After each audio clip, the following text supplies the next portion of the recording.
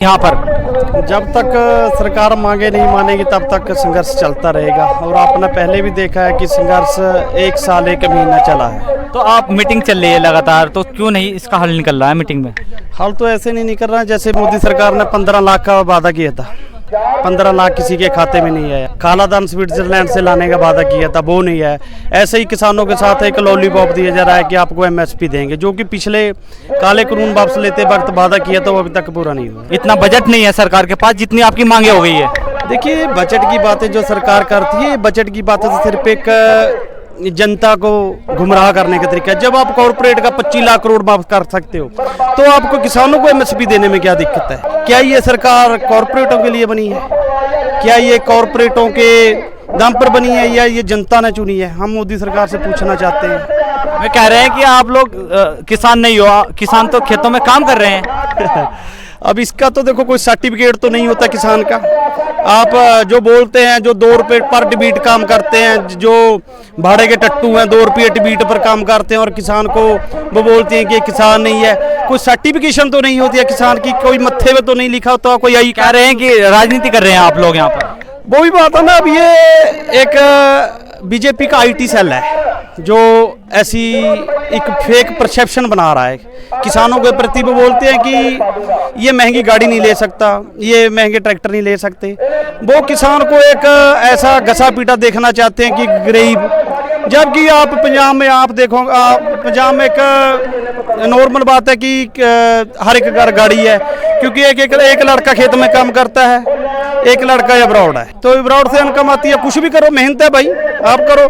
हमने जमीन को उपजाऊ बनाया है। 1947 का बंटवारा हुआ है, आप नोट कीजिए। 1947 के बाद जो किसान पंजाब से पार्टीशन के दौरान यूपी गए हैं, वहाँ उनके आप फार्म देखिए, उनमें कितनी तब्दीली है। और जो आम नॉर्मल किसान है वो उसके आइडियोलॉजी को उसको थोड़ा डेवलप नहीं कर पाए उसको तरीके। कई हजारों करोड़ों रुपए का नुकसान हो रहा है रोज। वो तो फिर सरकार को देखना चाहिए ना। यहाँ पे किसानों की मौत हो रही है। किसान 200 किसानों के बहुत गंभीर चोट लगी है और 3-4 किसानों की जान जा चुकी है। जय जवान जय किसान का नारा बहुत तब्दील हो चुका है। किसान वर्सेस जय जवान जय किसान का नारा दिया गया था, किसान वर्सेस जवान सामने टकरा दिया गया। सरकार को चाहिए कि टकराव की स्थिति ना होने दे। देखो, किसान जो वहाँ पर जवान बैठे हैं, पुलिस फोर्स है, ये भी आप लोगों के ही भाई, आप लोगों के ही बच्चे हैं। बिल्कुल, हम तो मानते हैं कि वो हमारे भाई हैं, वो भी देश की सुरक्षा कर रहे हैं। और सरकार भी आप लोगों की है। सरकार नहीं है ना, सरकार तो कॉर्पोरेट की है। सरकार तो आप देखिए, सरकार तो कॉर्पोरेट के बलबूते चल रहे हैं। जो कॉर्पोरेट चाहता है उसके मुताबिक कानून दाग दिए जाते हैं। पहले काला कानून क्या थे? काले कानून टोटली कॉर्पोरेट को देख के बनाए गए थे। किसानों को सड़क पर आकर के क्यों कानून बनवाने पड़ रहे हैं आखिर देश के अंदर? वो तो फिर डिक्टेटरशिप है ना। मोदी सरकार इस टाइम डिक्टेटरशिप पे चल रही है, कि पोलराइजेशन की राजनीति कर रही है, जिसके दिन भर में दंगे हो रहे हैं और चांस है कि आने वाले टाइम में भारत की स्थिति पाकिस्तान जैसी हो। क्योंकि इन मांगों को मीटिंग में भी सहमति मिल सकती है। मीटिंग तमाम तरीके हैं इसको, इन मांगों को रखने के लिए। नहीं, हम तो चाहते हैं कि सरकार टकराव की स्थिति पैदा ना करे, मीटिंग करे और तुरंत हल करे। सभी किसान यहाँ पे सड़क पे बैठे हैं, काम कार करना है, वो अपने घर जाएं। तो फिर दिक्कत कहाँ आ रही है?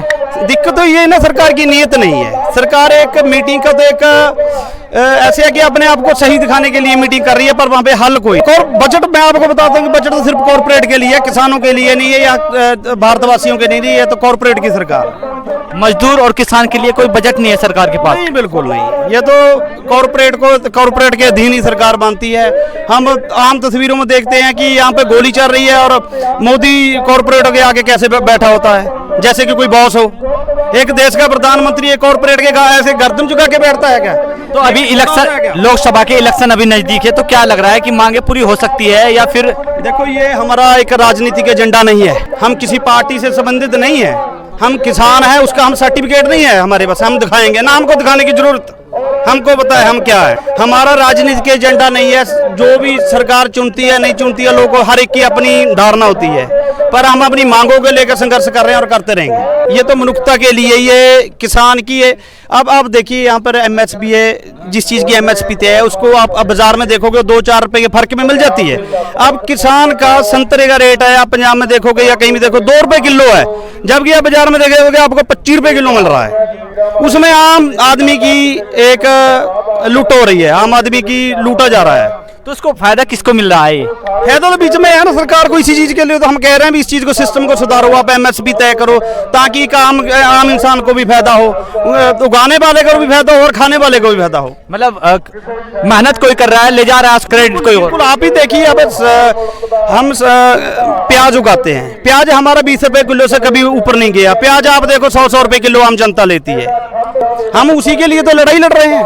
हम तो कहते हैं कि लोग आए इस लड़ाई को समझो, आप फेक मीडिया का हिस्सा ना बने। अभी टमाटर का भाव 300 तक पहुंच गया था। बिल्कुल बिल्कुल, ये क्या है, इसी चीज का तो इसी चीज को हमको हमारे लोगों को ये चीज समझनी होगी कि ये कॉरपोरेट के अंडर ही सिस्टम मैनेज किया गया है, वो आम इंसान के और आम किसान के फायदे के नहीं है। वो तो लोगों को समझना होगा, इस बात को लड़ाई लड़नी होगी। हम कह रहे हैं मैदान में आओ, कि अकेला पंजाब नहीं, आप भी मैदान में आओ। भारत गया, भारत में अभी सभी लोग पढ़े लिखे नहीं, फेक मीडिया जो दिखाएगा आम इंसान उसको सोच लेता कि शायद ऐसे ही हो रहा है, जबकि उसके उल्टा है। देश एक बहुत गंभीर उसमें उतरता जा रहा है, एक पोलराइजेशन की राजनीति के मुताबिक जातिवाद को बहुत बढ़ावा दिया जा रहा है और आने वाले इसके नतीजे बहुत गंभीर होने वाले हैं। तो अभी क्या लग रहा है कि आज आपको 11 से 12 दिन, कब तक आपकी मांग सुन सकती है सरकार?